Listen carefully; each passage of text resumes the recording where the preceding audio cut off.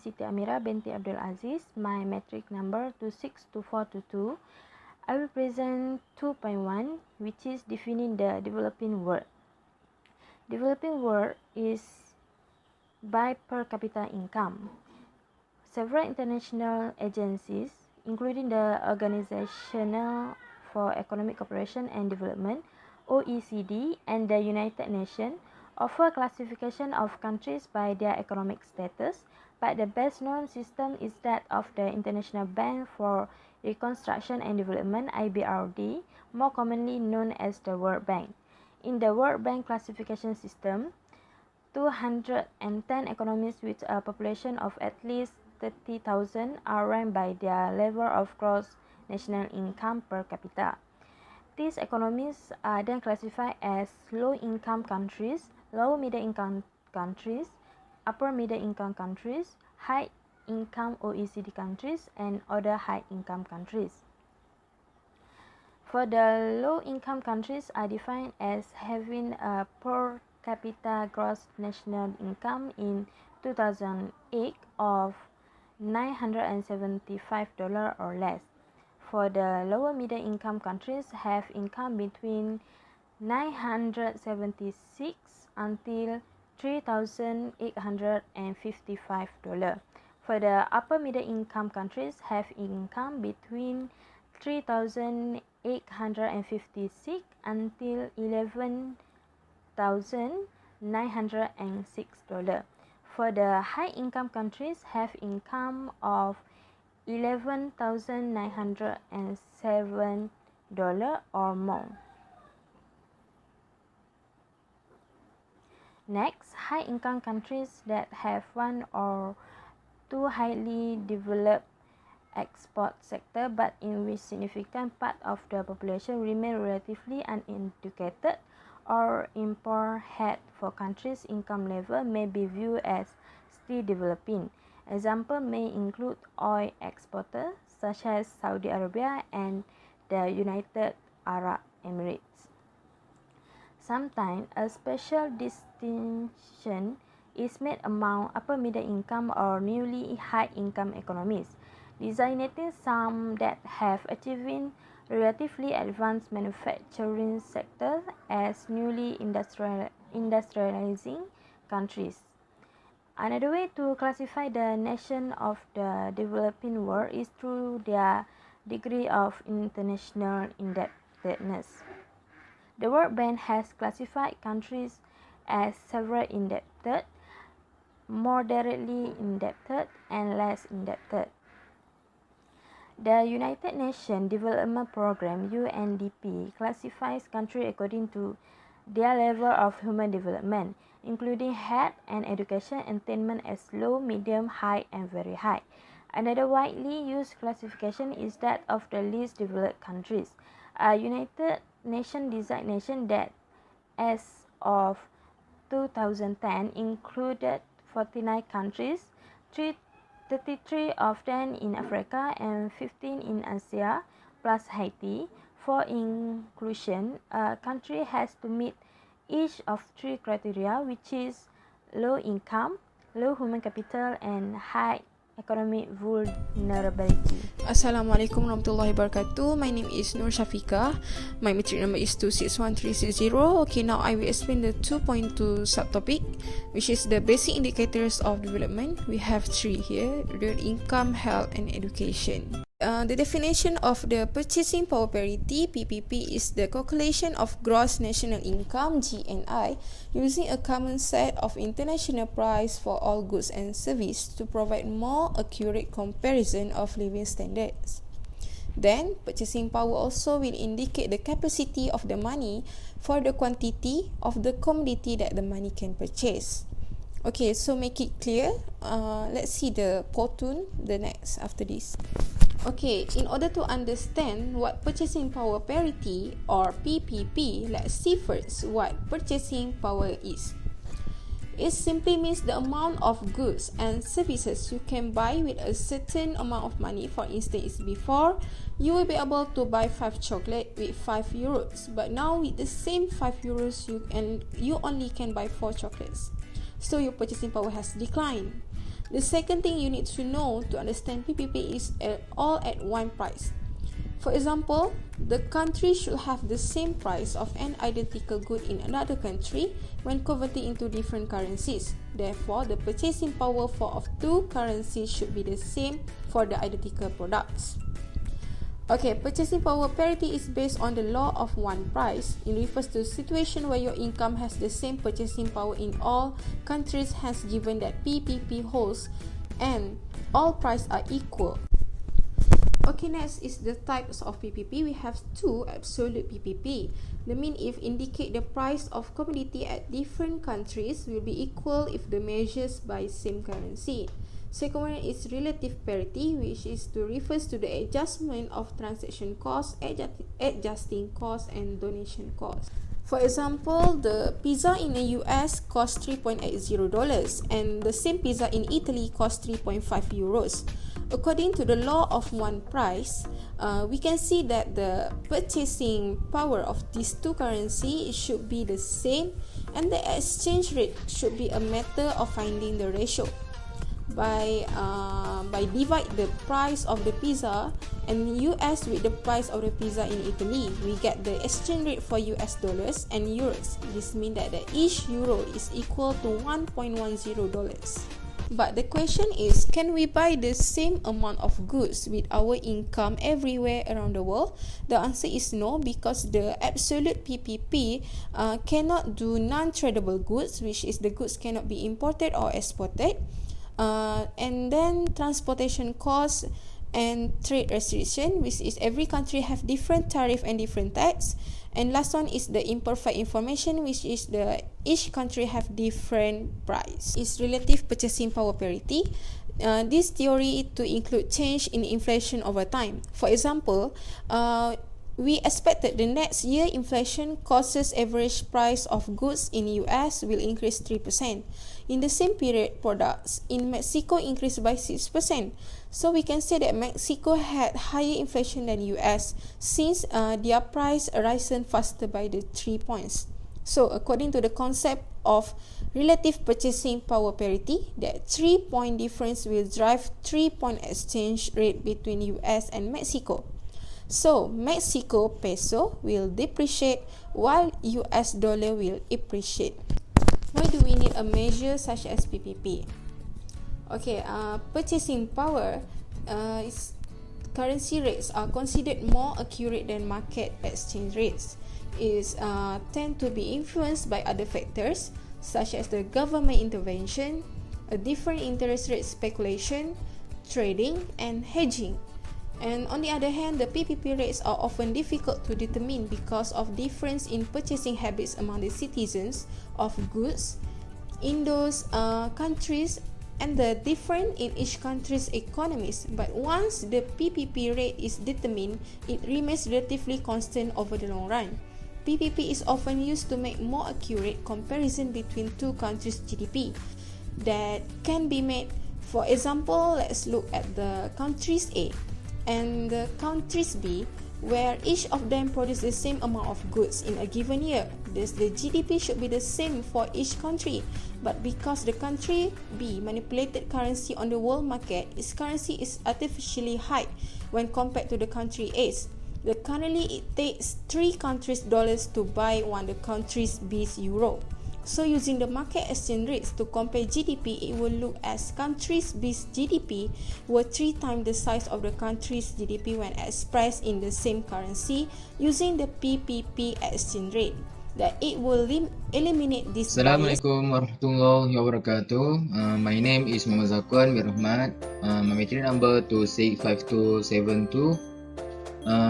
Today, I will continue the part that my friend has discussed regarding basic indicator of development. Okay. Besides average income, it is necessary to evaluate a nation's average health and educational attainment, which reflect core capabilities. Based on the slide, we can see some basic indicator of health, which is life expectancy, the rate of undernourishment, the under 5 mortality rate, and the crude birth rate. and education, which is male and female literacy. Life expectancy at birth is one of the most frequently used health status indicators. Gain in life expectancy at birth can be attributed to a number of factors, including rising living standards, improved lifestyle, and better education, as well as greater access to quality health service. Undernourishment means consuming too little food to maintain normal level of activity. It is what is often called the problem of hunger. Okay. The birth rate is one of the most basic and important measures in development. Birth rate affect public policy and budgeting for education and health system, and also have major impact on the well-being of a country population. Okay. Literacy rate. This measure the percentage of adults in a country who are able to read and write the common language. This is good indicator of the quality of the healthcare provided by a country, as well as the ability of the population to access adequate sanitation and simple disease prevention methods. Okay. Based on the table 2.3, we can see big difference across this income grouping. The low-income countries are themselves a very diverse group with greatly differing development challenges. For example, of every 1,000 live births, 199 of these children will die before their fifth birthday in the Democracy Republic Congo as a low-income country, compared with 6 in Malaysia as a upper middle income country. Okay. High death rates can indicate a less developed country. A low ratio can indicate a richer country. Okay, thank you. Hello everyone, my name is Tu Hui Sing. You all can call me Hui. My metric number is 263451. Now I will continue with the subtopic of 2.3 Holistic Measures of Living Levels and Capabilities. There are two parts in this subtopic, which are the Traditional Human Development Index and the New Human Development Index. I will discuss on the traditional part. Human development reports used to measure the comparative status of socio-economic development and is presented by the United Nations Development Programme (UNDP). These reports will be used to construct and refine Human Development Index (HDI). The rank of HDI is on the scale of 0 to 1. 0 is the lowest human development and 1 will be the highest human development. Ranking of HDI will be based on 3 goals or end product of development, which are longevity, knowledge, and standard of living. There are 4 groups of HDI rank, which are low human development, medium human development, high human development, and very high human development. The ranking are different from each other for these 4 groups. Next, we are going to discuss on the 3 steps to get the HDI. Can everyone please take up your calculator, because we will calculate the HDI together. Are you ready? Okay, the first step, we will calculate the income index. We will divide log of current income minus log of 100 to log of maximum PPP the country expire minus log of 100. What is PPP? PPP is the purchasing power parity. We will use the example number of Bangladesh. Assume that PPP GDP per capita of Bangladesh equals to $1,241 and the maximum PPP country expire equals to $40,000. Then we plug in both this number into the equation. We will get log 1,241 minus log 100 divided by log 40,000 minus log 100. then we'll get the answer of 0.420. We need to round off the number to 3 decimal places. Next, step 2, we will calculate the life expectancy index. We will divide country's current life expectancy at birth minus 25 years, divide by maximum reasonable life expectancy minus 25 years also. Assume that population life expectancy in Bangladesh equals to 65.7 years, and the maximum reasonable life expectancy for a country is 85 years. Then we plug in the number inside our equation. We will get 65.7 minus 25 divided by 60. Then we will get the answer of 0.678. We also need to round off the answer to 3 decimal places. Next, step 3, education index equals to 2/3 of adult literacy index plus 1/3 of gross enrollment index. Assume that adult literacy index equals to 0.535 and gross enrollment index equals to 0.521. Then we plug in both of these numbers inside our equation. Then we'll get the answer of 0.530. Similarly, the answer need to round off to 3 decimal places. Okay, after that we can calculate the HDI. How to calculate the HDI? We can use 1/3 times step 1 plus step 2 plus step 3, or we can use 1/3 of income index plus 1/3 of life expectancy index plus 1/3 of education index. Both of these equations will get the same answer, which is 0.543. Okay, after finish our HDI, it reminds us that by development, we clearly means broad human development, not just higher income. Health and education are inputs into the national production function. Improvement in these both inputs are also important to the development goals in their own right. A better indicator of development disparity and ranking might be found by including health and education variables in a weighted welfare measure rather than simply looking on the income level. That's all from me for my part, and I will pass it to my friend Nazuha.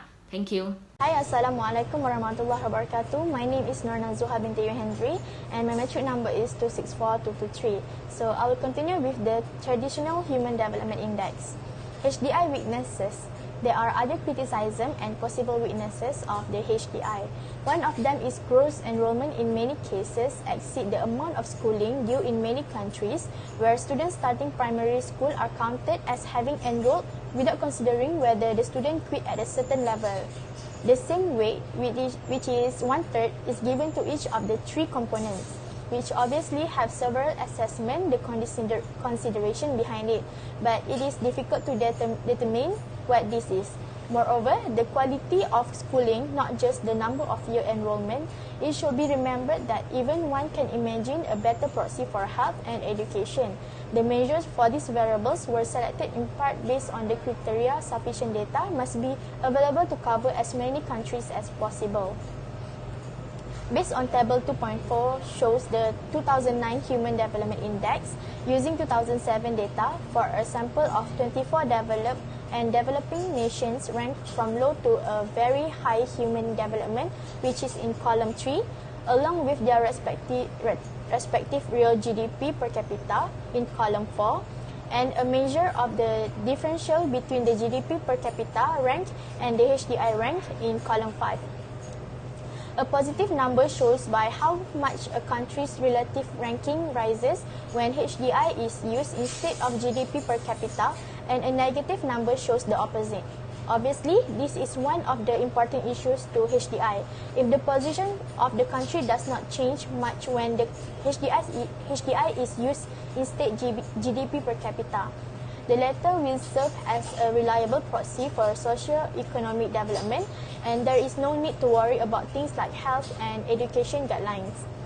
We see from Table 2.4 that the country with the lowest, the HDI, which is 0.340 in 2007, was Niger, and the highest 0.971 was Norway. It should be emphasized that HDI has a strong tendency to increase by per capita income, as rich countries can invest more in health and education. And this adds human capital increases productivity.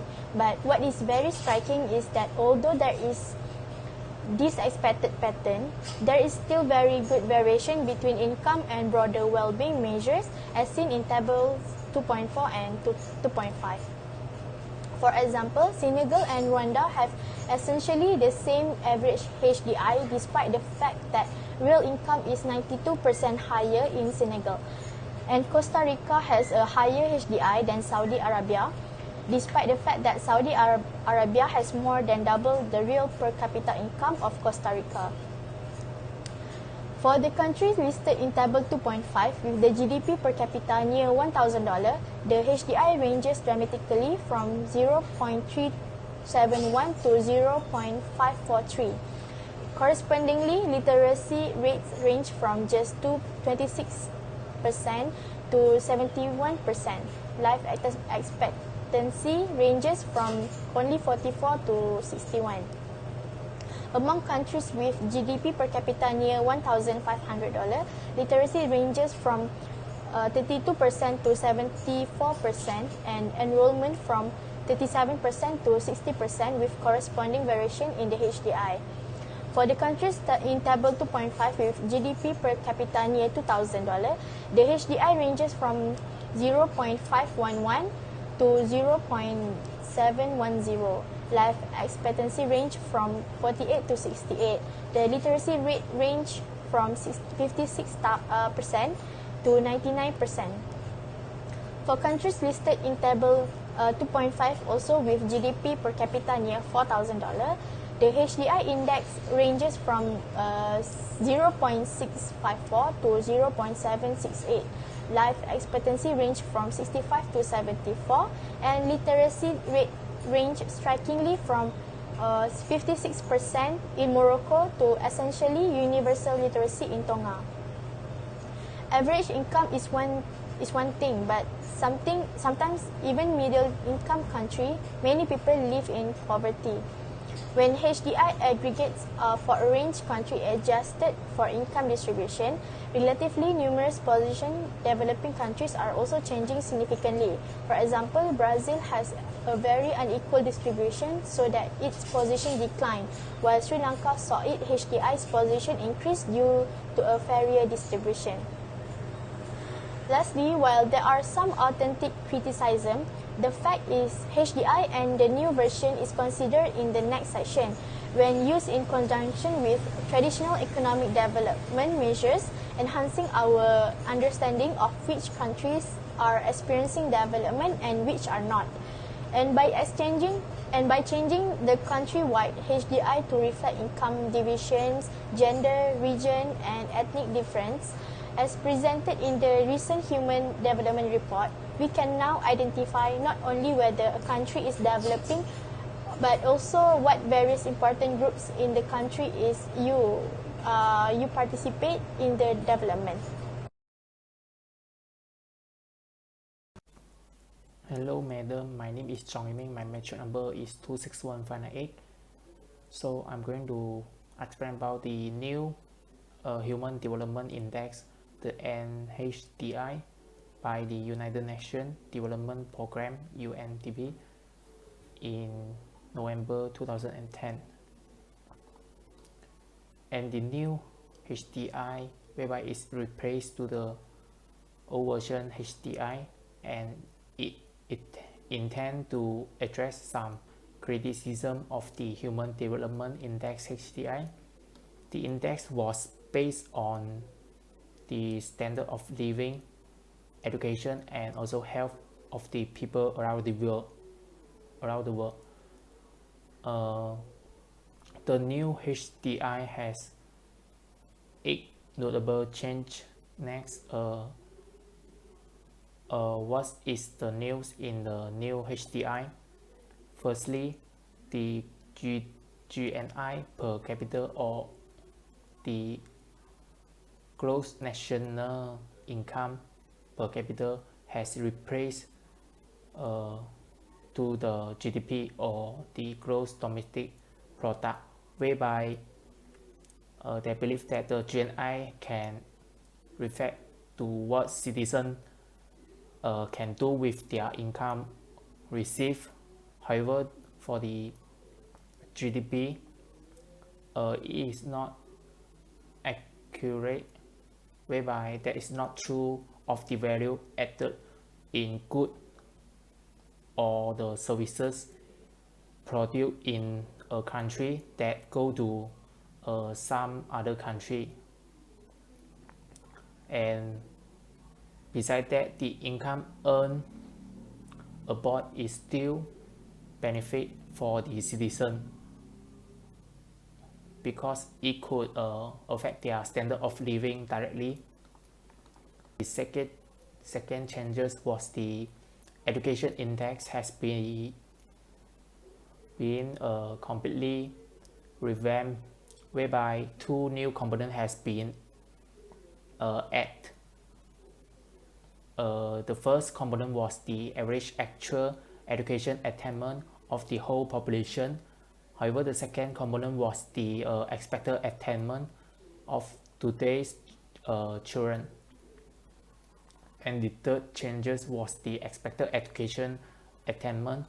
The other new component for the education index is somewhat more ambitious.